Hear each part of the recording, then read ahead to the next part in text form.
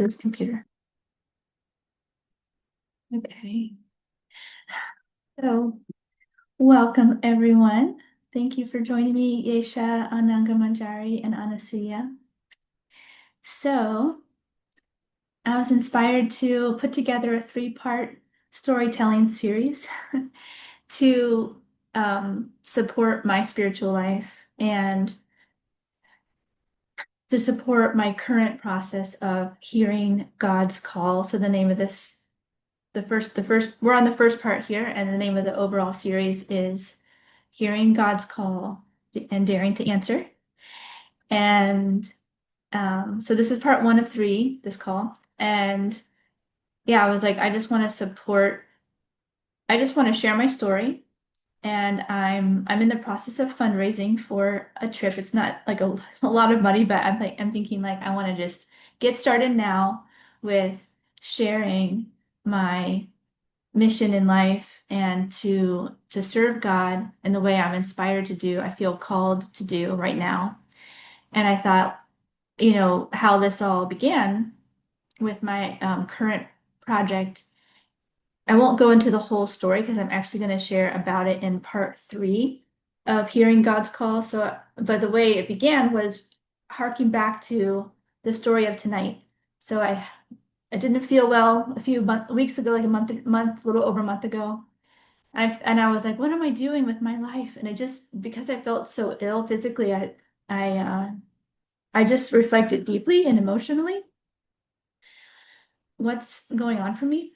And I'll share more about that in 2 weeks from now. But I just had this vision of myself when I felt really on purpose and I was on a mission.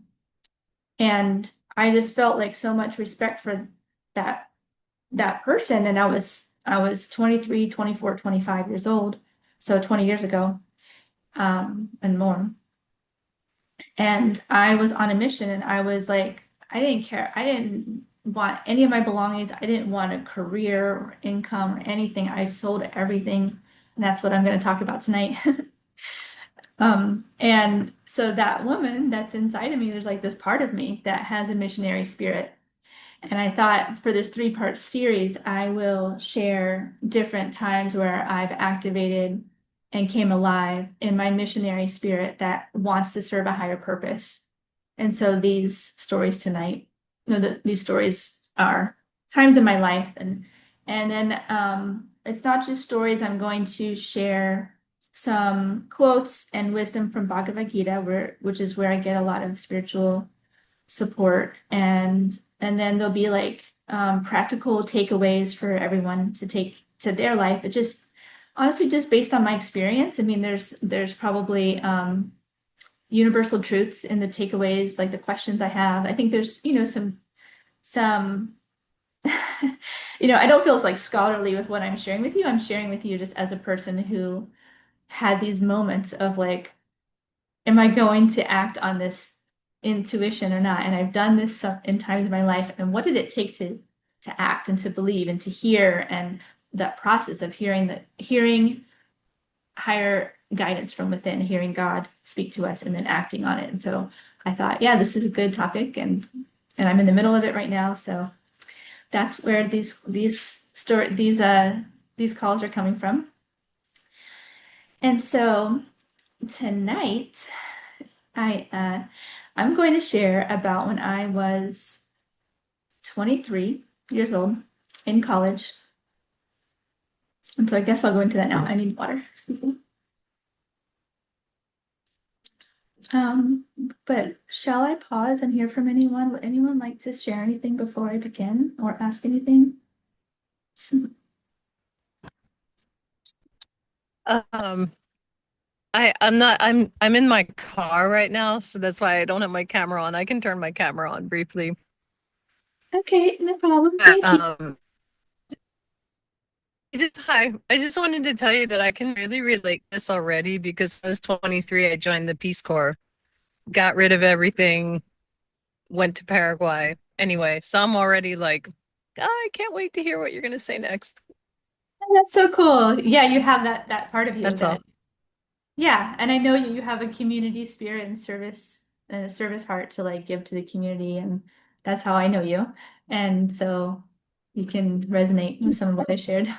That's so fun. I'm so glad you're here. It's so fun to connect in a new way now Yeah. today. Thank you. Yeah. Thank you. Thanks. Okay, so would anyone else like to share? Feel free.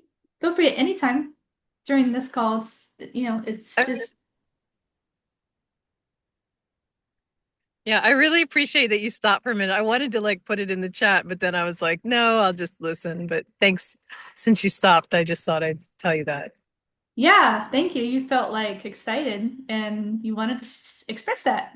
So there's a chance. I'm really glad to hear from you for a moment and hear and if anyone else like to share, now's the time. Other times are also appropriate.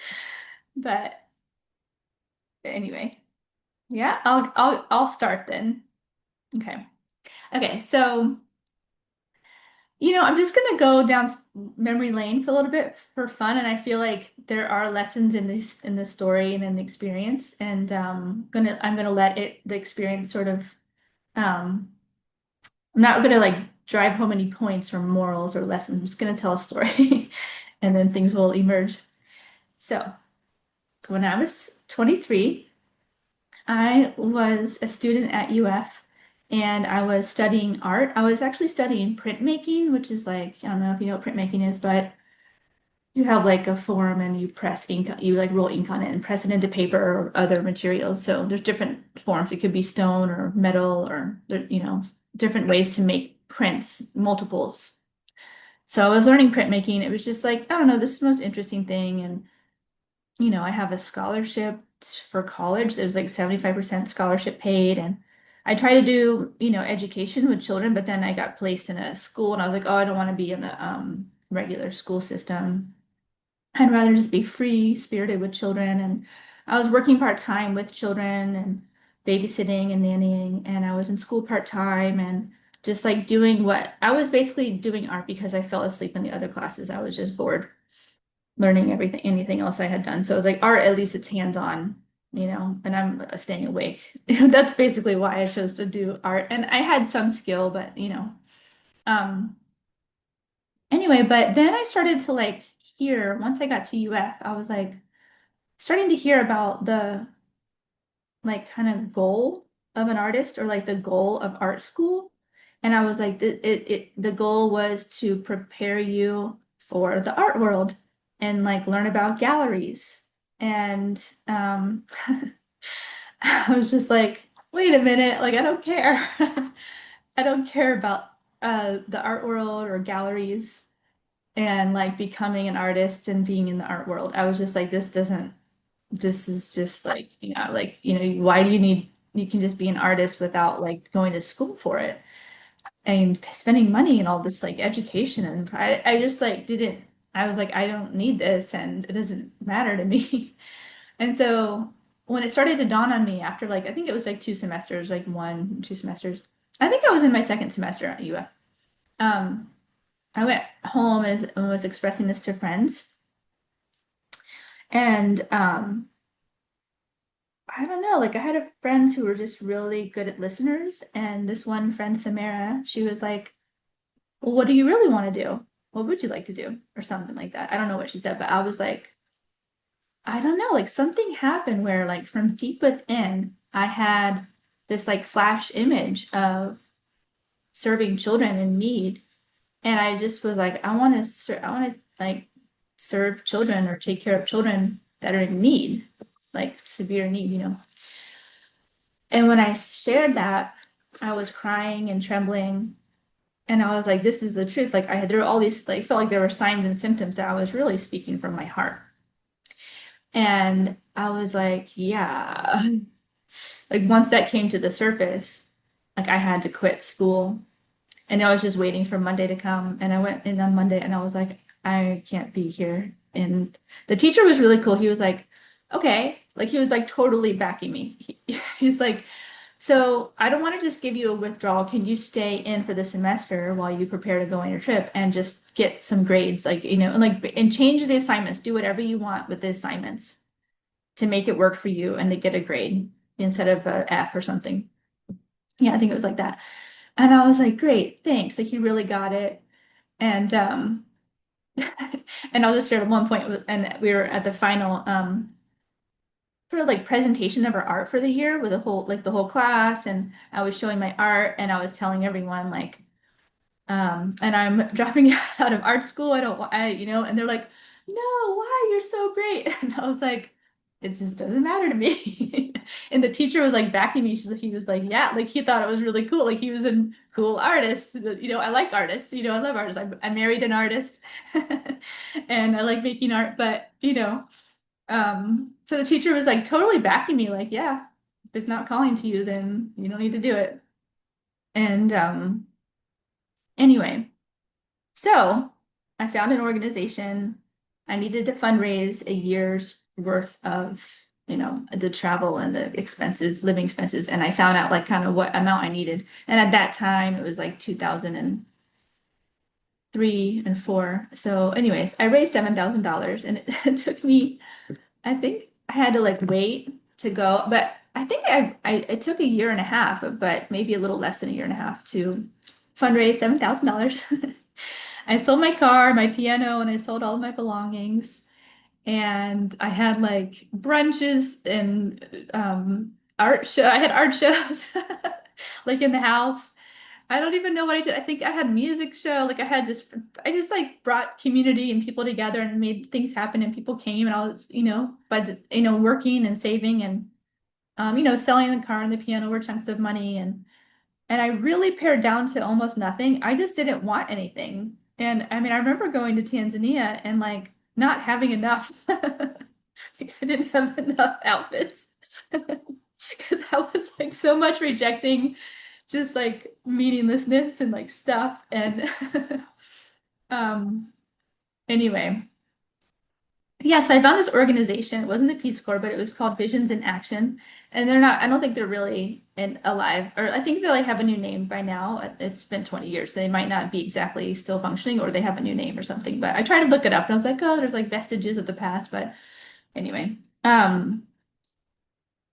so anyway, the plan was for all the volunteers. So I was like going with a cohort of volunteers. Like I think there was seven or eight of us. And I was like, these are my people. These are the people who just want to like give it all up for service to humanity and go and be like, like I was so excited about them. And none of them had the same sort of personality as me. They had really different motivations for going. Some of them, it was just like, it's a gap year, like, like they were from Europe and like you just go for a year. And they were like going with their boyfriends and girlfriends and like they did light work. They didn't do like intense things like I did. They didn't learn Swahili like I did that, and I mean some of them did, but like the people I lived with, like so there were two towns to go to try out, try like meet organizations and interview and learn Swahili. Like you just arrive, learn Swahili, go on a safari. They took us, I mean, I went and saw, elephants and lions and warthogs and like all that, giraffe and everything. But I did not care about that. I was like this felt like being a tourist. When I was there, I was just like rejecting being a tourist. And I didn't take photos almost the whole time I was there, even though I had a camera. I was like at the very end when I was leaving and I had friends, I took photos of people that I knew, when I was saying goodbye. So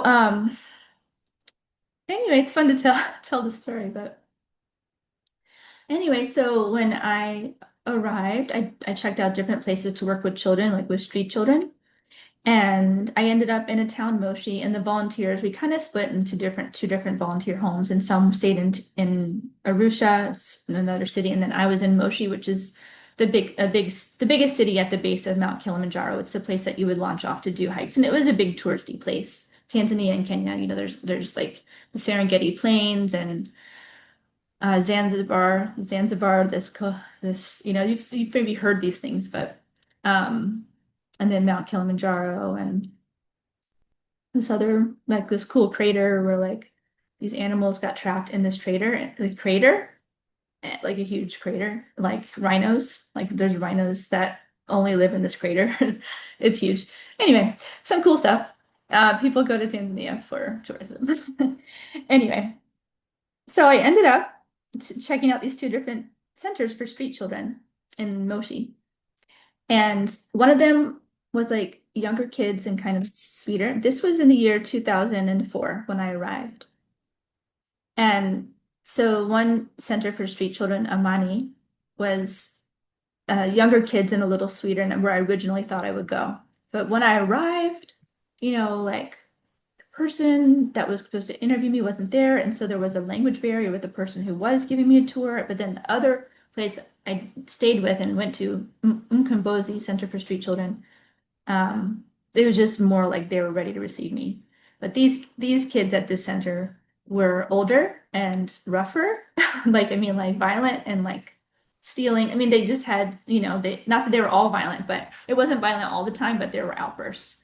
And I didn't get hurt or anything. They were really respectful to me, but towards each other, you know, there was violence. So it was a little rougher. And that's where I was destined to end up. And I learned Swahili fluently. And it was like after 4 months of just immersion, I was immersed in the language. I was speaking fairly fluently. And then eventually I was like in case management meetings with the case managers. There was like a little over 100 kids. Let's just say 108. I mean, I really think it was a number that was like 108 on average.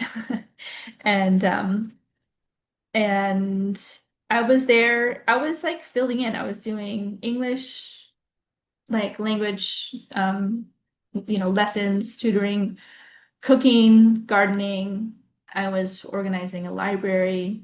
I did a clothing drive. Um, and really the kids just needed someone to hang out with them and hear them and be with them. And so I was just available. And I didn't have anything to do back at the volunteer house. It wasn't like people I want to spend time with, to be honest. If they ever hear this recording, now that I'm thinking about it, it was just like it wasn't like we were like clicking. I would just say it like that. I love them and cared about them, but it wasn't like a total click with the people I lived with. And but it was fine. It was fine. Now I'm like worried they'll like because they are friends on Facebook. They probably won't ever hear this. Anyway, I love you out there.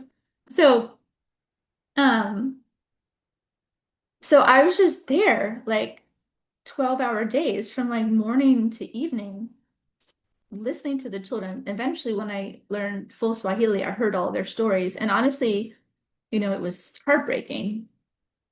I was really heartbroken hearing these children's stories of why they needed to go to the streets. I mean, it could be from abuse to poverty, basically. They were maybe earning for their family, but a lot of times they needed to run. They felt they needed to run away, and you know, it was rough. It was really rough. And so I was heartbroken. I left Tanzania heartbroken, and that's how I actually left a little early. But to go back, I just want to say that the culture, even though there's extreme poverty and street children, the culture itself is just so friendly, and I felt safe, and like there was just this, going back in time to where there's just community living and simple living, and people are all dependent on each other. Like the weddings are all everybody helps pay for a wedding or a funeral, like everyone pitches in. Um, and I mean, I was a sight to see, like any white person or Mzungu is the name, like Mzungu, good morning, Mzungu. Like I got yelled at and I was like, oh gosh, I don't even belong here. There's a part of me that like after a few months, I actually realized like, what am I doing? I don't really belong here. Like this culture, these people have problems and they're the people to solve it, not for me to come. And I wasn't coming to solve problems. I was coming to be of service and to serve children. And I feel that I did um, fulfill my purpose in that way. Like I gave a lot of love and attention and care and a hearing ear to the children. But I did feel like, yeah, I kind of realized after a few months, like this isn't my culture and I'll leave. Like I'll leave forever. And like all these volunteers are gonna come and leave forever. We're not really staying around to find like the root cause and ultimate resolution of this problem of poverty and street children. And it was like, I probably should go and do service in my own culture, or like somewhere that I understand the laws and like I understand the people and like how do we affect change. And I'm not going to stay here, but so that was like kind of not a wake up call, but it was like, yeah, it was just the volunteer experience of going abroad. And, you know, um, it's not that it can serve a purpose. It's just that was my experience. Like, kind of, I guess I was just sort of soul searching in my life. Like, you know, didn't have a career plan, and yeah. So learning as I go. I guess that's one of the lessons I learned volunteering in Tanzania. And let's see, where do I want to go from here? I didn't really plan out. Actually, I did have some notes. So, so the culture was really friendly. There's something I wanted to share. Yeah, I mean, I had some really beautiful experiences, like going into the mountains, like up and down valleys and meeting people. Oh, I was going to share that I did teach the staff listening skills. So before I went, I had a couple years experience in this process of co-counseling where you take turns listening to each other and allow emotional release processes to happen. But basically the core thing was just empathy and listening. And so I did have like weekend workshops where I had like all the staff come, and then I mean like I presented it to the director of the organization, and they're like, yeah, so she like funded us all going off to a center, and there was, meals and everything. And so, I feel like it was positive. I don't know what to say, but I didn't really like think to come to this. The ultimate sort of message of this experience was like listening to the message from within and then trusting it and acting on it and kind of being willing to let go of everything that I was doing before in order to honor the message coming from within. And I didn't have God in my life at that time. So, but I did have spiritual beliefs and I felt like I was being guided. And, you know, I did want to say how I left. So, yeah, I kind of want to kind of close that story. And so there, like I said, there was violence, and there was like one time, I mean, it's just really graphic, but like, one time a kid threw a brick at another kid's head. He wasn't injured, but it was like just terrifying. And I was in the vicinity and was pretty terrified to see that. Another time, a kid just randomly kicked another kid in the back, and the kid went flying off these steps. And that kid that got kicked in the back, he didn't get like severely injured again, but he was already very disabled, and he was just shocked, and I was shocked. And I actually stood between this tall teen man and the kid he kicked. He was filled with rage, the teen, but he was a man. He was bigger than me. And I stood between him and the kid on the ground, like willing to put myself in the middle. And it cooled him down. Like, I don't think he was mad at that kid. I think it was just blind rage. And but it was scary. And he walked away. So I helped, but it was intense. And then there were other times, I mean, there's a lot of most all times in between the violence was positive. I had a very close friend that was a teen there, but he was like mature and helping. He was trusted with the keys. He was like a helper as well. And he just was mature and loving and like, listening and caring about everybody. And we were just had like a connection, and his name is Amos. He actually died a few years ago in a car accident. But yeah, so and then one other thing that finally happened that kind of went past my limit for being exposed was this one kid. He stole something from another kid, but this kid, I think his name was Shamsi, I think, or Shamsi. He was so sweet and like really kind, but he did steal. He had a habit and whatever he stole. And then he came back and brought it back. So he had some honor and integrity to do that. And then the people in charge at the center, they were struggling. They were struggling to keep order. And I understood that it was hard. But though they did was they sent him, they like called the police. And the police in Tanzania is not like it's really bad to go to prison. And I'm just getting a message. I'm going to make sure people can come in. So I was like so upset because I had seen kids come back from prison with looking emaciated and bruised and injured. And I was like, this is no place for this boy, Shamsi. Like, it wasn't a violent crime. He stole, like, just kick him out. Just kick him out of the center and don't throw him, put him in prison. And I tried to like speak up, but it was beyond my ability to, do anything. And I was so heartbroken and overall by hearing all the kids' stories. And I was just starting to like be, I was just starting to not cope very well, like between like crying and what I was exposed to daily and then the stories I was exposed to. I cut my trip short by 2 months. So I stayed for 10 months and I cried a lot on the flight home and I cried a lot when I got back. I was like heartbroken and but I recovered. So that's my story. That's most of my story. There were beautiful things too, but it was a lot about pain, to be honest. So thank you for listening. I can pause there if anyone would like to share what's happening for them. I'd like to hear from you.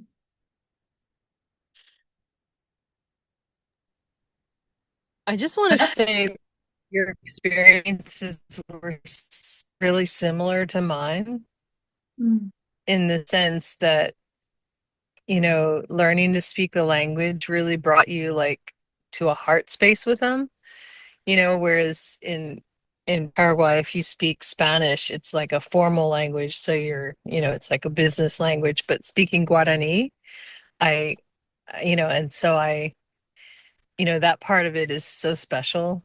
Um, mm, and that sense of being, things being out of your control. And at the time, Stroessner was the ruler there, and so he was a very firm authoritarian dictator. And I didn't have, I worked in agriculture. I didn't have like, the responsibilities like similar to what you had, but it's so interesting hearing you because I had such similar experiences. It's really interesting.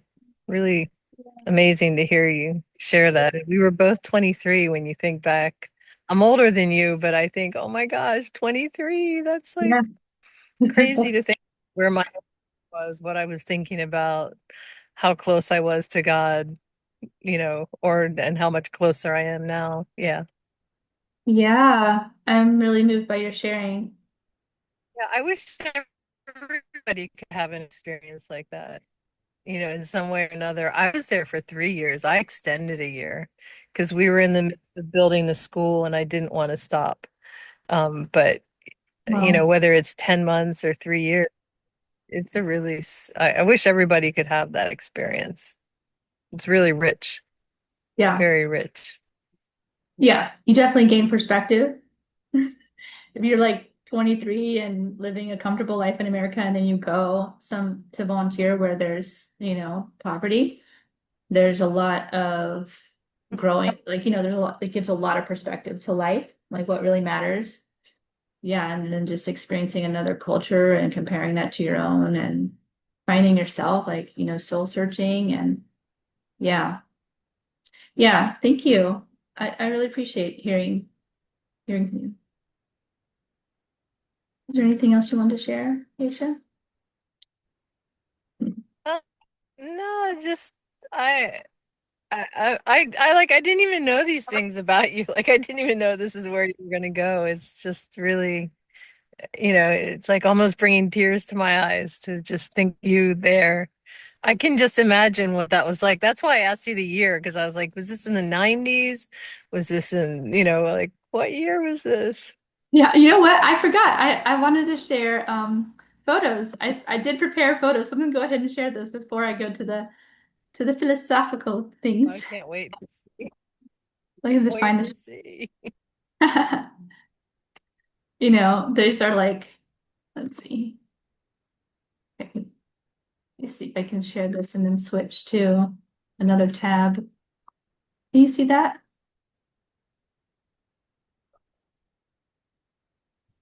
You see I it? have to I'm have something different.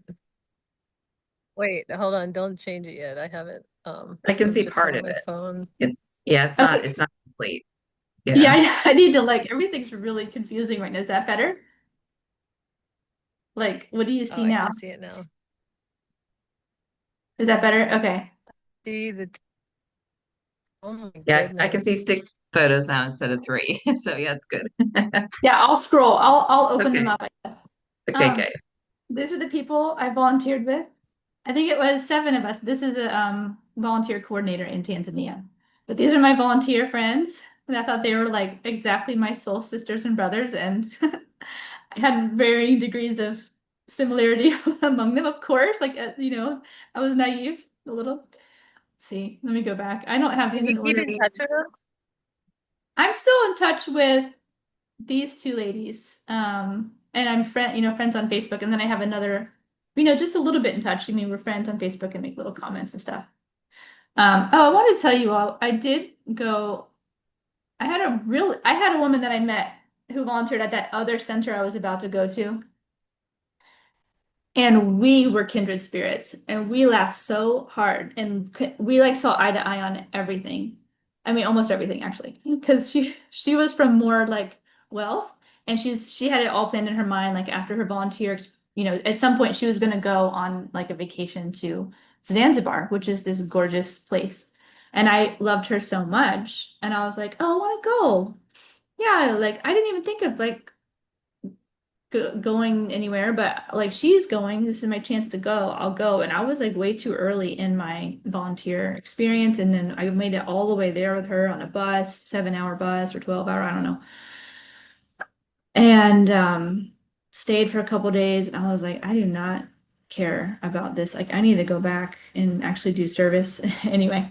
So that friend Elena and I are in touch a little bit too. And you know, this what happened. So I'll just kind of go through the pictures a little. I don't really want to stop. It's just gonna look. This is on the safari when I first arrived.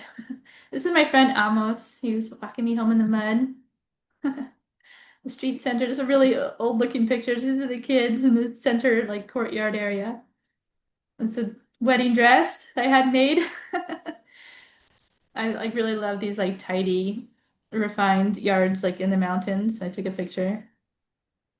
This is a mountain trip. We went on this trip, like a hike when we first arrived, like touring. And like we all could have died. They made us like we were like crawling like spiders across this cliff and below us was this like like a waterfall, like rocks and everything. And I mean we were like gripping onto grass to like cross sideways. And I wasn't scared, but there was one of the volunteers that was like scared of heights and he was like drenched in sweat and trembling and like he made it, but it was like really life-threatening.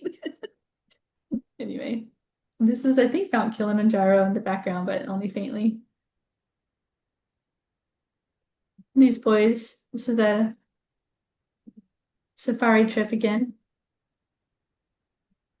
This is how they cooked for all like 100 plus kid people like the staff. It was like these huge you put the wood in there and you cook big huge pots. That's cool. Anyway, it's kind of rough. I But wonder if the organization is like Fox Fam or something like that. I wonder what the name of it is now. yeah, I don't know. Can you see how I'm matching the energy of this kid? Yeah. Like we really look at I like locked into the energy. Anyway, okay.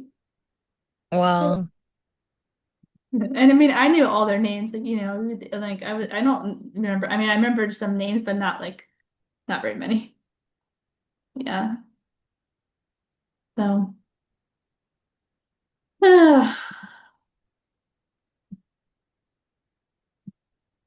You look really, really happy. I know. I think I was happy. It's like simple, happy, even though, I mean, yeah, I loved my experience, but it just added up for me and to the point where I wasn't like healing from my pain and catching up to it. I was starting to fall behind and not really like cope well. So starting not to cope.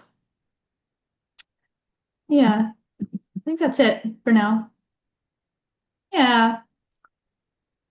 Ah, so thank you all. What do we do now? I'm going to stop the share because I have notes and I want to kind of read them. Can you, that's it. That's it. So you just see me now, right? Mhm. So, okay. So I have kind of I have kind of like two sections of things that I want to share. And it was, would anyone like to share anything now after sharing those photos before I continue?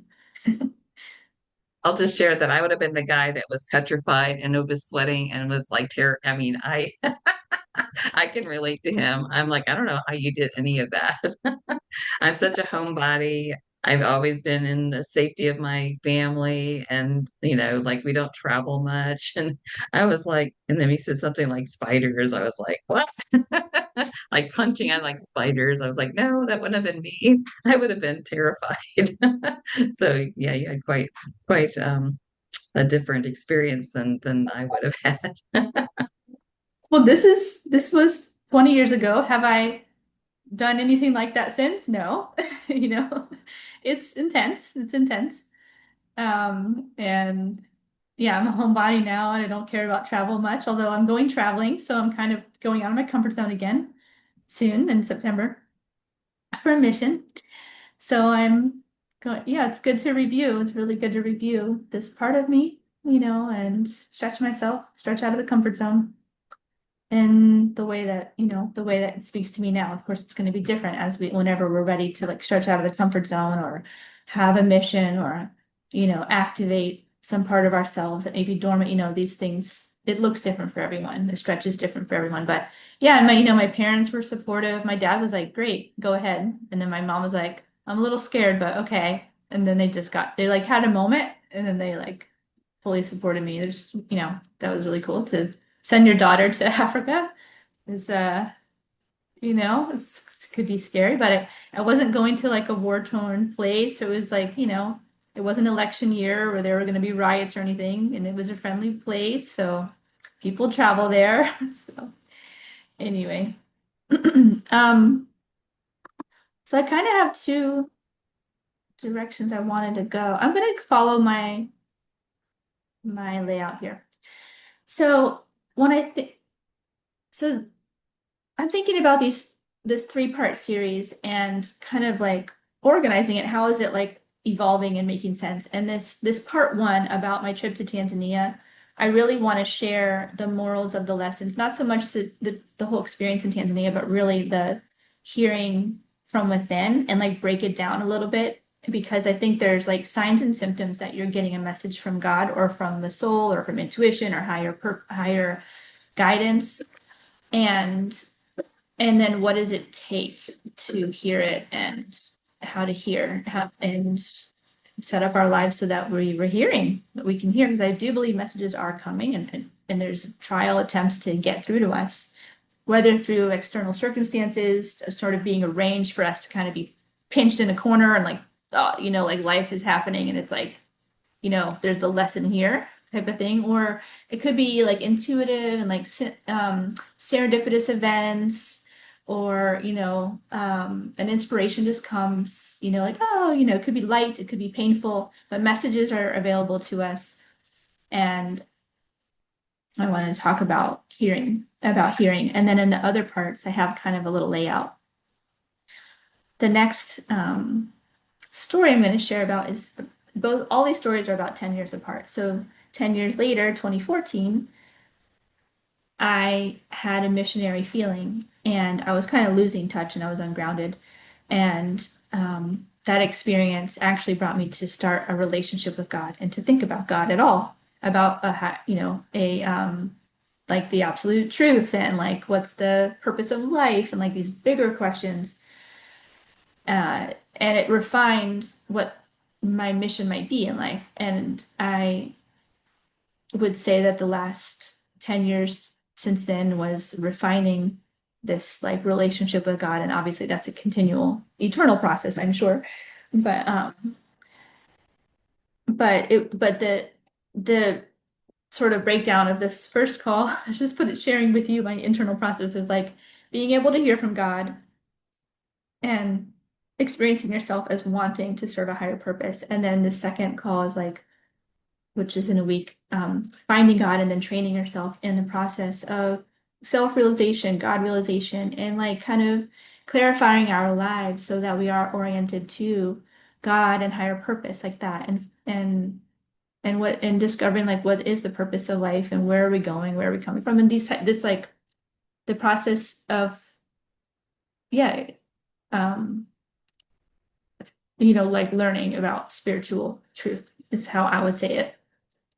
And then on the third call, I wanted to share about like ultimately where the soul ends up on the journey of like, so each of these are like having a mission, but like what is a mission for? And so when you have that connection with your higher purpose and with your creator and with the absolute truth, then like naturally the soul would want like to share what's working for them. Like the soul will want to can have a refined mission of like, I want to share what's bringing enlightenment to me, because people are lost to themselves and they don't know the purpose of life or where they're going or their meaning or um, maybe they don't have a relationship with God. And, that I'm coming from a place that God exists and that we are, a spark of the divine. And that's important to have a relationship with the divine and to like have a connection to our spiritual life because we are souls, and that's where I'm coming from when I share that the souls are lost to themselves as eternal beings. Um and I yeah, so basically these calls are about the missionary spirit and also they're about hearing from God. So that's the kind of like a those are kind of like the themes here. Okay, so I'm going to share some verses that popped out to me from the Bhagavad Gita. And, if I had done way more research, I could really refine what I'm about to share with you. But I'm just trusting what I did bring here tonight is going to serve a good purpose. And I do feel, though, that I'm lacking a little bit in refining my research. So I'll just share that. Thank you for your patience with me. So there is a verse in Bhagavad Gita, chapter 18, text 61. And it says, the Supreme Lord is situated in everyone's heart, O Arjuna, and is directing the wanderings of all living entities who are seated as on a machine made of the material energy. And there's more to that topic, but I'll share my own little, commentary. So what I really wanted to highlight is that God is the part where it says that the Supreme Lord is situated in everyone's heart, and that's sort of where we get that message. I mean, it can be that life is arranging externally to guide us, but I want to really focus on God in our heart or communicating to our heart. And it says that he's directing the wanderings of all living entities. And so the way that I see this and the way that Bhagavad Gita is sharing is that each soul is like on a journey and maybe like having like lifetimes of learning and growing and maybe having different reactions to their experiences. And so we are sort of accumulating different reactions to our previous actions, even in just this lifetime, where what we do with our life there'll be like what you use, what you sow. You reap what you sow in a way. Now, I'm not going to go all into the law of karma, but basically, souls are on a journey in the material world, and God is with every soul all along the way. And it's not, I mean, I believe that there's not just one lifetime and then and that's all you get, and then you just deal with that. Like, I think there's lifetimes with hardship and lifetimes with, easier life, and we're learning as we go. But ultimately, what this is saying is that God has a hand in the process, and he's directing the wandering of all living entities. So he's actually arranging how life goes. Not that he's in control, like we have free will. And at the same time, he's sort of the ultimate factor. Like, he could intervene with something that may be going negative and turn it around and be positive, or he could intervene with something going positive, make it go negative for the benefit of the soul to have an experience of self-realization. So God, according to Bhagavad Gita, is a factor. He is a factor and the ultimate factor as well. If you'd like to take that on as an experiment, that there's many factors. There's us. I think there's 5 factors of action, and I don't know if I'll remember them well, but according to Bhagavad Gita, one is the living entity, the endeavor, like how well the endeavor is executed, the time, I think circumstances maybe around the situation of the action, and then God is one factor in action, and he's considered the ultimate final sort of sanctioning of everything that happens. He sanctions things to happen if he wants to. He has the power to sort of intervene and make things different, but he'll sanction things to happen. So he's playing a role. And I shared that because we can have a connection with him and we can hear from God within the heart. So I'm going to share a little more. So this is from Bhagavad Gita 1862. Krishna is speaking to Arjuna, and he calls him Bharat, scion of Bharat. I don't even know what that means. Okay, so I know what Bharat means. It's the land of India or the whole world. It might mean the whole world. O scion of Bharat, surrender unto him utterly. By his grace, you will attain transcendental peace and the supreme and eternal abode. So there's a recommendation to surrender to God. Now, I don't know if that exactly relates to hearing, but I'm going to read the purport. I think it does. These are not a purport. This is just excerpts from the purport. The purport is a commentary on a verse, and the purport from the book that I'm sharing from is written by A.C. Bhaktivedanta Swami Prabhupada. He compiled and authored all the purports to Bhagavad Gita As It Is.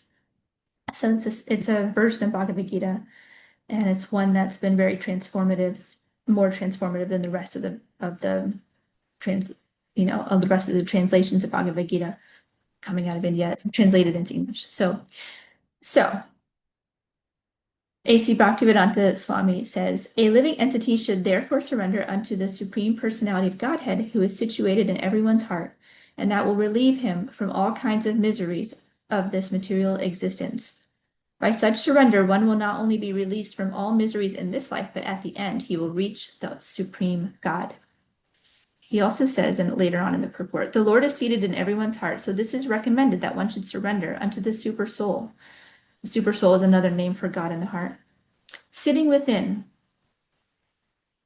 means, hold on, let me read that better. It says, the Lord is seated in everyone's heart, so this recommendation that one should surrender unto the super soul sitting within means that one should surrender unto the Supreme Personality of Godhead, Krishna. So there's a recognition in Prabhupada's and A.C. Bhaktivedanta Swami's Bhagavad Gita that God has a personality. So he says the Supreme Personality of Godhead, Krishna. Of course, I'm not expecting everyone here to take that on as their personal conviction and belief, but that's what's presented in Bhagavad Gita, that there's many personalities of God in all the religions, Allah, Jesus Christ, Buddha, and And so they're all the person, God comes in many forms and to different religions, and they're all recognized as valid. Not that anything and everything is recognized as God, but there are ways to tell when there's a bona fide representative that of like an authoritative descending of knowledge or descending of scripture or a spiritual master that we can check and see, is this bona fide or is this just someone posing as God, or is this just people posing? Because there can be cheating in the name of religion.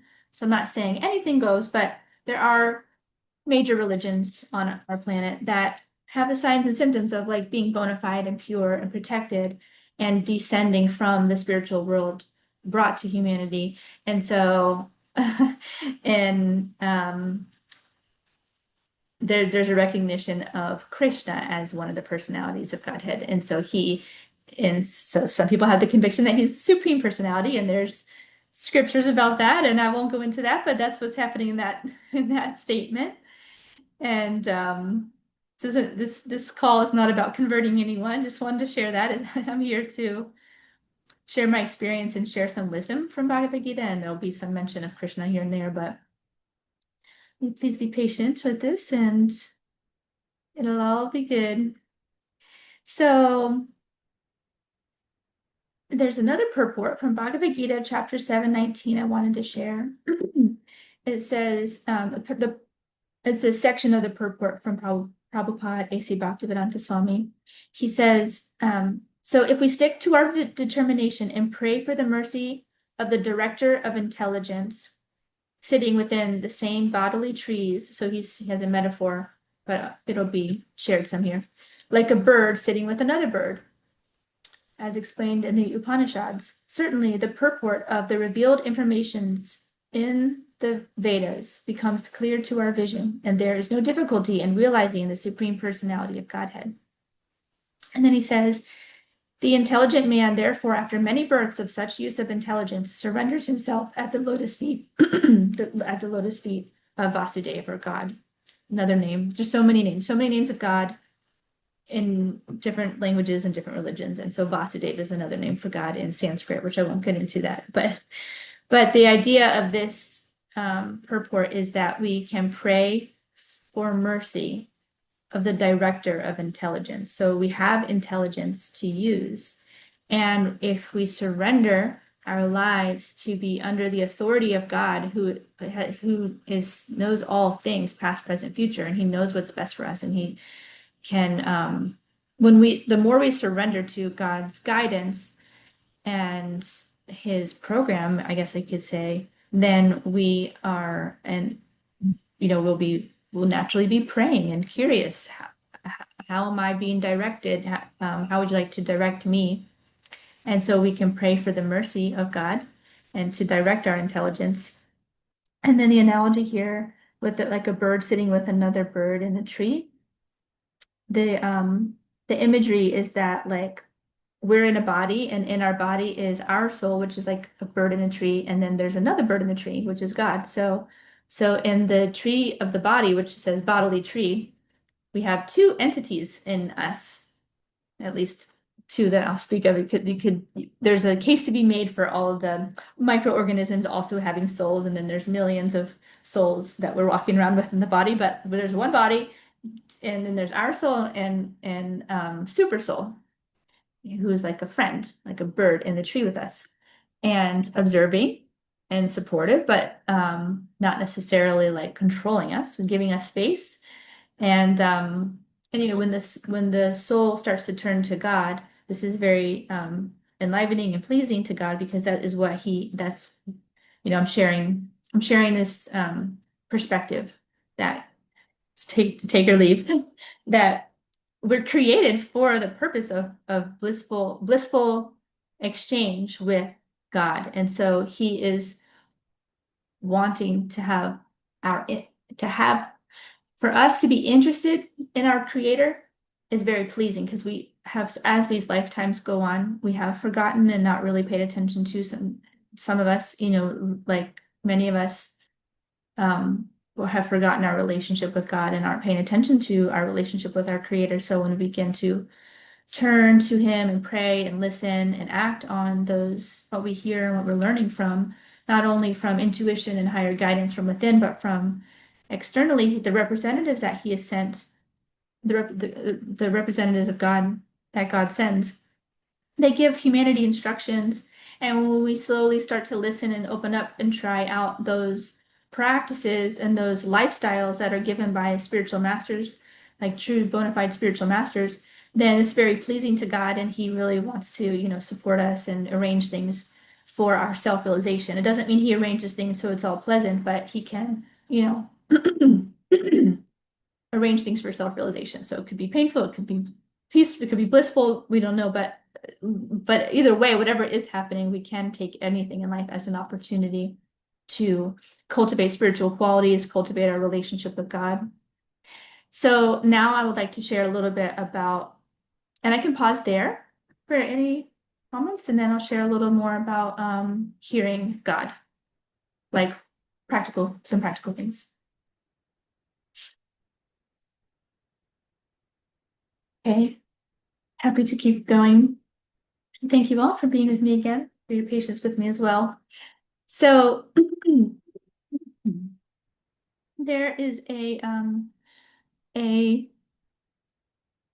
recording of a conversation that Prabhupada is who I'm often referring to. He's the person I'm turning to as spiritual master and like learning from in my walk with God.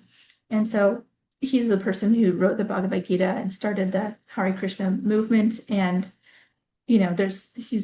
I could go on and on about him. Yesterday was the celebration of his appearance day, so I spent the whole day with other people appreciating and expressing gratitude for Prabhupada and his mission and how he came and clarified spiritual life to humanity and to those who wanted to come to him to follow him. He just has an incredible, comprehensive, just a mind-blowing presentation to the world for like how to reestablish our relationship with God. And it's not about sectarianism or becoming Hare Krishna. It's about the practicalities of like clearing our lives, like increasing things that support our relationship with God, decreasing things that distract and disturb our relationship with God, so that we can hear and be in alignment with our nature. It's incredible. And that's why I'm here today. So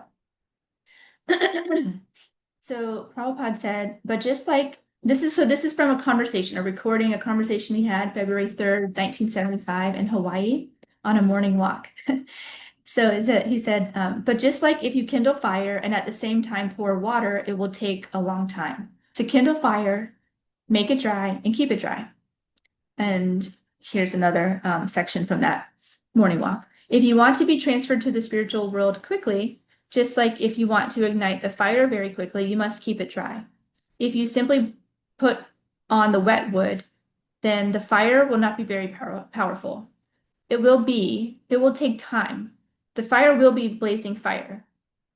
Then it will be dry. So I think he was like, talking, it wasn't like so it's a little broken, but the fire will be blazing fire, then it will dry. It will take, better put dry wood to make it successful. This is the process. So I want to explain why I shared that. So if we want to have a clean, powerful, potent relationship with God, to hear that, and even just with ourselves, to hear intuition and to walk around this life with this like empowered state of clarity, we need to keep dry wood and put that on the fire. And like dry wood is, what can I say?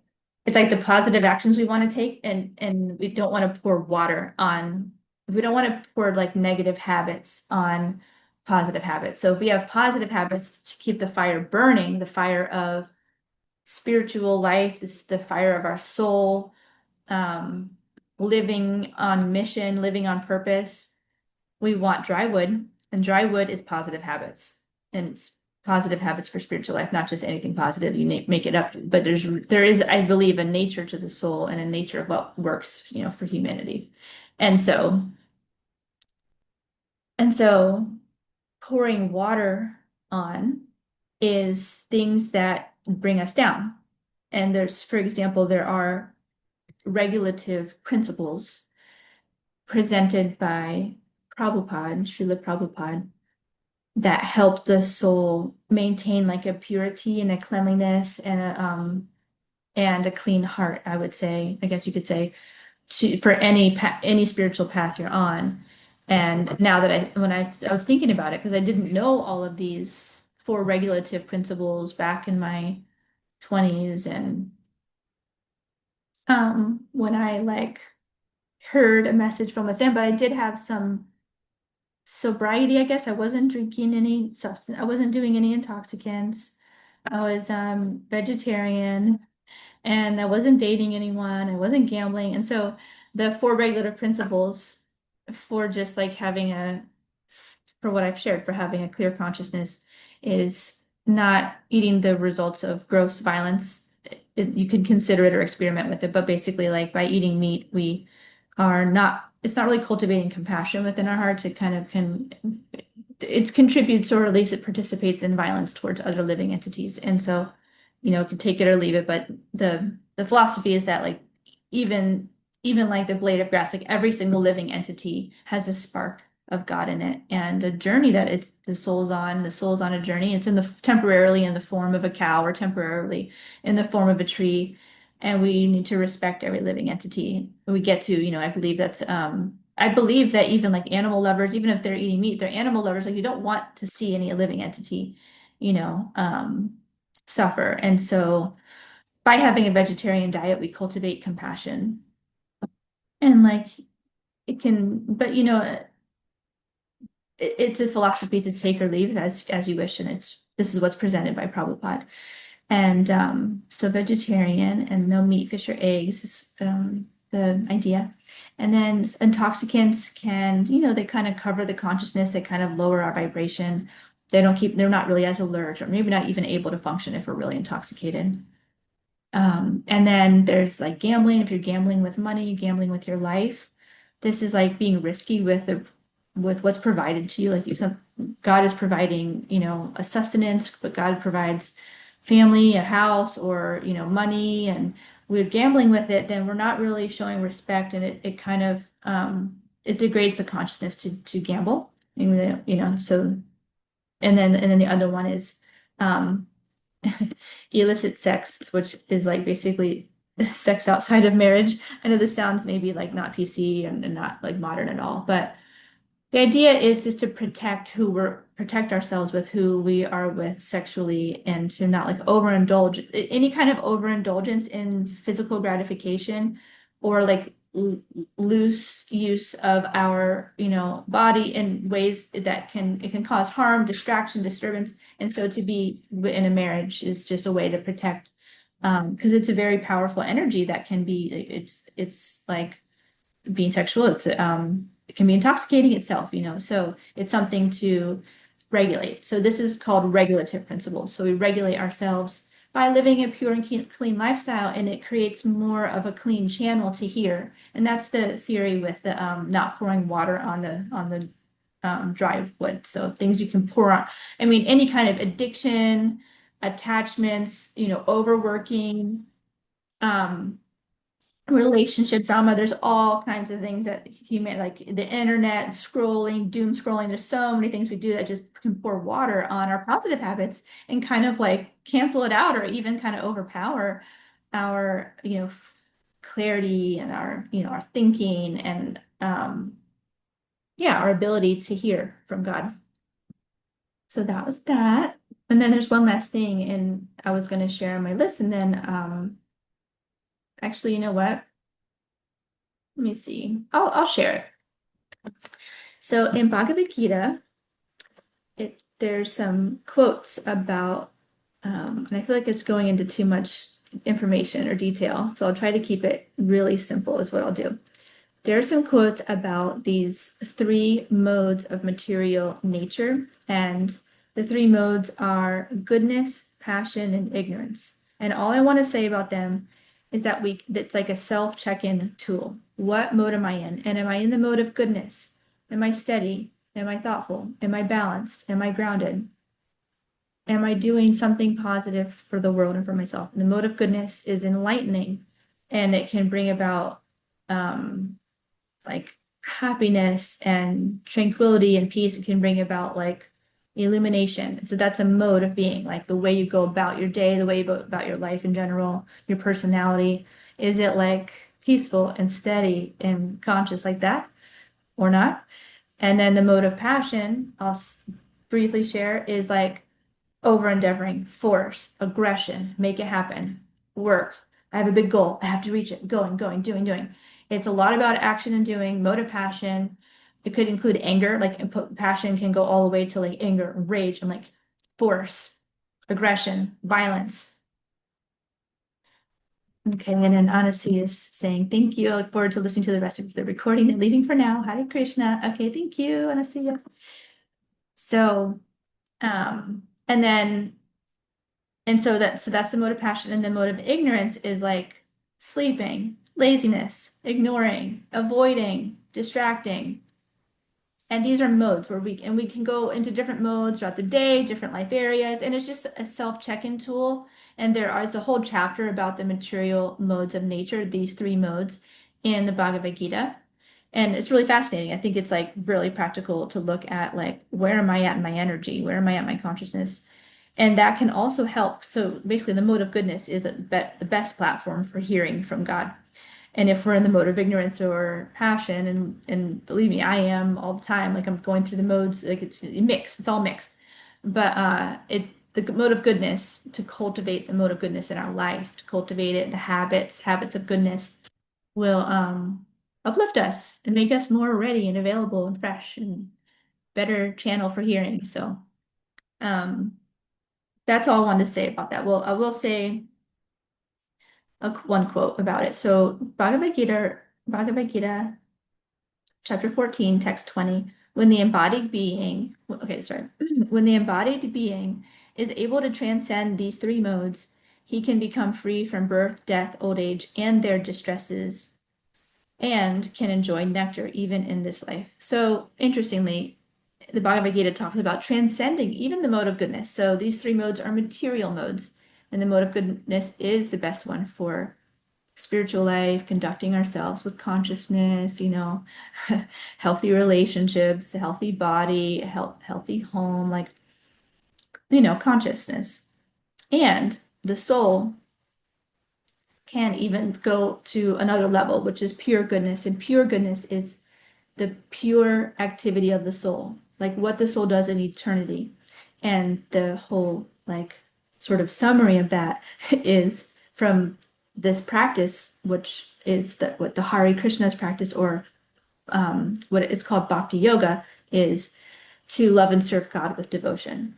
So pure goodness is to love and serve God and it's blissful and it's joyful, and you're just in total 100% harmony, and it's pure, the soul purely acting on its nature. And that is to love and serve God and to serve a higher purpose, to be in alignment with the absolute truth. So different ways of saying it. But you can basically transcend the cycles of birth, death, old age, and disease. And you can do that even in this life. It says you can enjoy nectar even in this life. So you can become 100% pure even while being embodied in a material body, but your consciousness is pure. So this happens. Um, so that's all I wanted to share about hearing from God, and then our about surrender and prayer and the modes of material nature. And I'd like to pause, and then I will present. So there's just 20 minutes left that I've scheduled for the call. I just wanted to present like some comments and questions on hearing from God. So I actually didn't share. I have a really important thing I want to share about hearing, but I'm paused there. And if anyone would like to respond, have questions, comments, challenges. Feel free.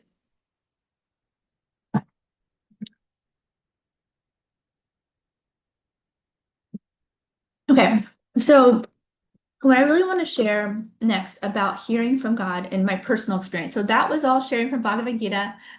And right now I want to share personally that like what happens each time I have this like sudden like calling or realization, because it happens to me and what happens, and then how can I be aware of when it's time to like listen deeply again and continue to pay attention to realizations or God calling to me. So, like I had shared in the story of my friend asking, well, what do you really want to do? Because I was like kind of disillusioned by art school. And I was like, I want to, like, what happened was I believe, like, I closed my eyes. Like, I don't remember, but I'm pretty sure I closed my eyes because I had a flash image go through my mind of children in need. And I was like, I want to serve children in need. And I felt like I went like deep within and checked in at the core, like the soul level. What do I really want to do next? And it's like this flash image, like I was able to see it and not answer from the mind, but I was answering from the heart. And so there's like this willingness to like abandon everything you're already doing, everything you think you are, your whole journey till now, your whole story, your whole narrative, or your personality, like and kind of let it all go and be like, be completely open to like what comes. And things can come as an image, things can be presented to us as a bodily sensation, and then just being present with that sensation. There can be just thoughts, like first thought, what do you know about where you belong in this world? And then the first thought, that comes, and then just trusting whatever comes and experience our experience. So we like experience the thoughts, the bodily sensations, the images that come, experience them. And if it takes it a little bit of time, just keep being willing to experience your experience. Pay attention to thoughts, emotions, body, images, and then trust whatever comes, like 100%. And that would be like what my advice would be if you're like going through a soul searching period, is to pay close attention, like energetically, inside, bodily, and then not really like go into the mind, the logic, or talking. So, not that you can't talk at all, but I think a lot is being presented to us subtly, images, feelings, body, gut instinct. There's a lot there that's under the surface that can speak to us. And then to hear all that, it does require, I believe, clearing things out of our lives and habits that are like really, really disturbing that hearing process, which is, I think it's like natural to be in touch with ourselves. And I think everyone would agree, like, yeah, of course I want to hear like what's true for me. I want to like honor my truth. And then we have our conditioning and our habits, so we're not always there. So I really wanted to share that. And then I wanted to share how to distinguish between a good idea, which is kind of mental, and then a soul level calling, which is more at the heart or the soul level.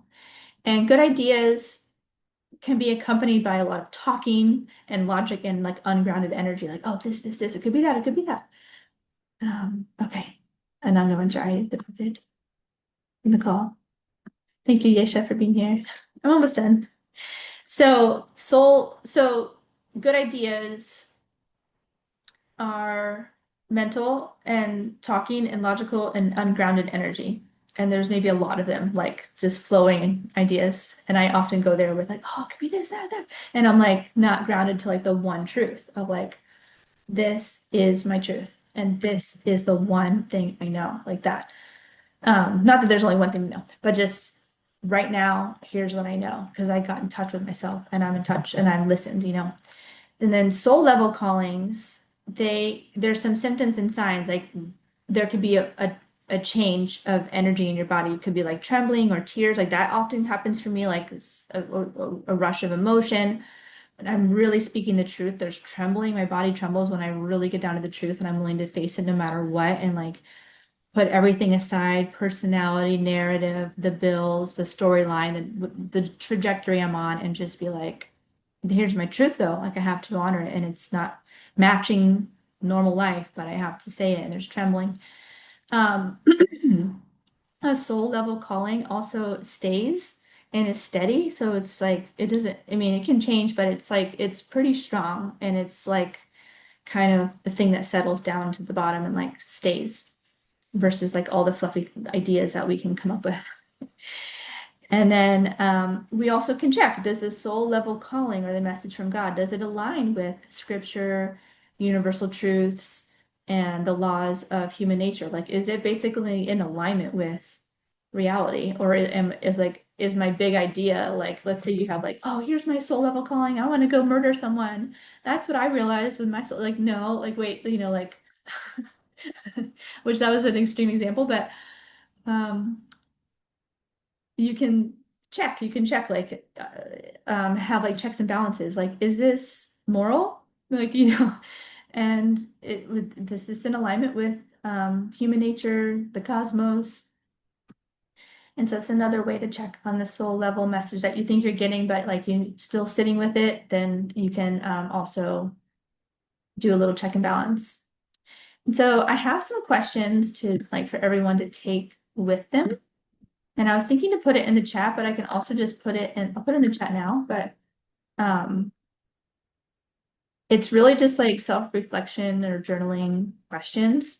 I'll share now, I'll read them I'll and then I'll share one last thing real quick Yeah, about I already saw the questions come up and I was like, oh, that's what was going through my mind. Some of these things. Anyway. yeah.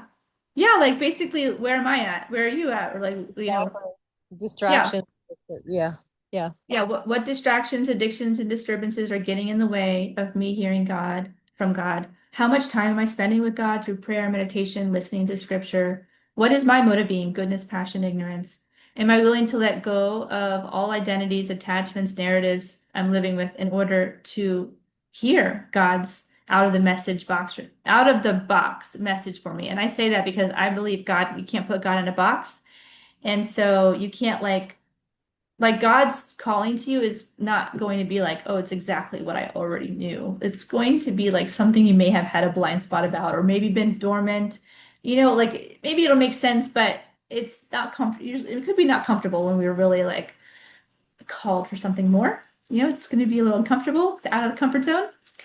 And then the last question, what am I willing to sacrifice? I didn't spell that right, but what am I willing to sacrifice or give up to be closer to God now? So I actually want to write more questions than this, but this was what I came up with so far. But it's just getting it going of like that, how's the relationship going with God? And I also want to put a link in the chat. Part of my goal with these talks is just to share that I'm fundraising. I'm not going to give a big pitch about it, but I'm fundraising to go on a little mission to share about God consciousness in Europe for 6 weeks. I'm going no matter what, but I'm fundraising because I do need the funds. And I'm going to be sharing my journey and, pictures and videos and kind of coming out to the world about my spiritual life, about my my spiritual experience and my, sharing. And ultimately, I'm going to be sharing books on the streets of London largely, and then other places too, Prague, Frankfurt, Germany, Prague, Czech, and then in Italy, most likely. And I'll be singing the Hare Krishna mantra around and like sharing sanctified like food, like, like cookies or candy, like to the public. So there'll be like public outreach, like in a way, but it's very joyful and blissful and light. It's not like pressuring the world, but just sharing what's brought joy to me. And people want to take it, take it. If not, I'm on my mission and I'm good. Like I'm in my alignment, and it gives me so much joy to have that missionary spirit. And now I feel I have even deeper purpose and even deeper meaning for it because it's related to God. And I look forward to sharing more like next week and the week after, a little bit more about um, those other two stories where it like became more God focused. And the first one was humanitarian focused. And I'm not saying let's not do any humanitarian efforts to serve the world. Yes, we should. And um, And if it has God involved in it at all, or spirituality involved at all, then we're attending to the human and this like the human, the body, like and the spirit inside. So then it's both combined. And that's a really nice way to serve the world is to have an element of spiritual attention to the soul. So thank you. And Yesha, would you like to share? That's what to do. Where will you be going? Will you be in where will you be in Italy? Will you be in Bologna by any chance? Where did you say? Where will you be in Italy? Will you be Oh, in Bologna by any chance? I'm planning to go to Genova.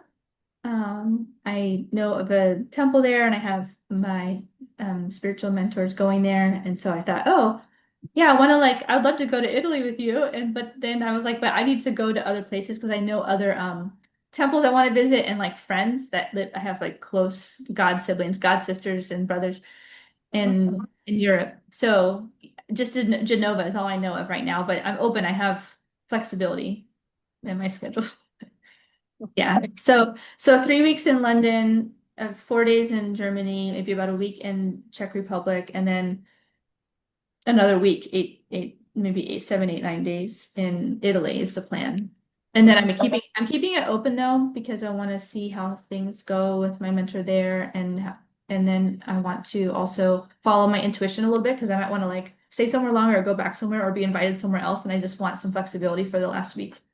But yeah, it's not like sightseeing or any tourism. It's staying, donating to for wherever I go is either a temple or a home that I know of that where I donate for my stay and just stay in service. There'll be temple programs and there'll be simple living or growing food or whatever. There'll be like, other things going on besides the street project, the street um, services. There'll be like Right.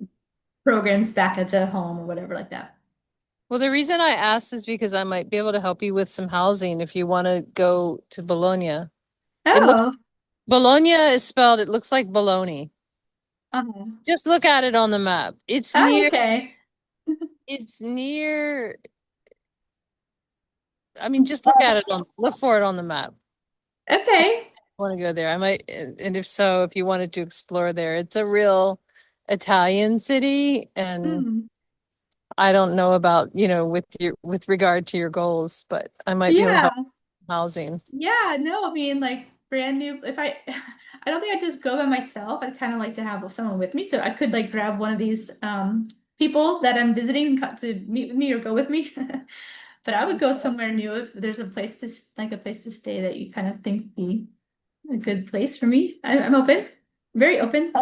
We'll talk Yeah, more. We'll that's talk fun. more. Okay. That's fun. Thank you for being with me. If you'd like to share any takeaways, I'd love to hear what you're taking from No, this. I just wish I would have heard some of that when I was younger. My takeaways were like, oh yeah, that could be an addiction. Oh yeah, that could be toxic. The exploration that I did, in my teens and my 20s, it just never occurred to me that it was like such, I mean, I know now on a level it was like energy leakage, but I didn't think about it in the terms that you're saying it. Like you said something about a recording because I think there was so much I didn't really process it all and I wanted to hear it again to see what I heard the second time. Yeah. So I hope you can send me you have my phone number. If you can just send me Yeah. to my phone number, I'd love to just re-listen and before the next time, so I can Yeah. build on it. Thank you. Yeah. Thank you. I hear there's like a little pain of regret of some lot, maybe some lost time or time spent with intoxication or something like this. And it does happen. It's common, but I can see how, there's pain that kind I of, mean, I didn't drink or do drugs or any of that stuff. Like I focused on things, but oh, just yeah. the people Okay. that I succeeded. Yeah, I didn't do any substances or anything like that. But Sorry. I'm sorry. It is that's okay. basically, you don't have to go into Just the details of that's what you, most any- people. I mean, that most people, time I would call I can't counseling hear. and they were like, do you need to be like, no, it's just normal life things. Like, no, I'm not drinking, I'm not smoking, I'm not, it's just life things. Like Yes, yes. nobody really gives the things you were talking about were very subtle with regards to just traversing through life. And my Hmm. parents just didn't really guide me. And I didn't really guide my kids either because I don't think I knew how. I just figured we just didn't really talk about it. So I really like the way you said a lot of the things. I wish that I had heard it, when I was younger, I guess. Yeah, it resonates with you, and I Mhm. experience it as like you care to have a conscious life, and then there's some things that are subtle that maybe not realizing where that is leaking energy. Maybe you knew, but then maybe just didn't have the guidance. And I feel I can relate to not having guidance and just sort of stumbling upon what you do when you do like if you're it comes when it comes, and if it's coming now, whatever age you're at, then it's a blessing, and maybe there's a whole eternal future ahead, like it's all good, but I know what you mean by like that regret of some lost time or energy. Yeah.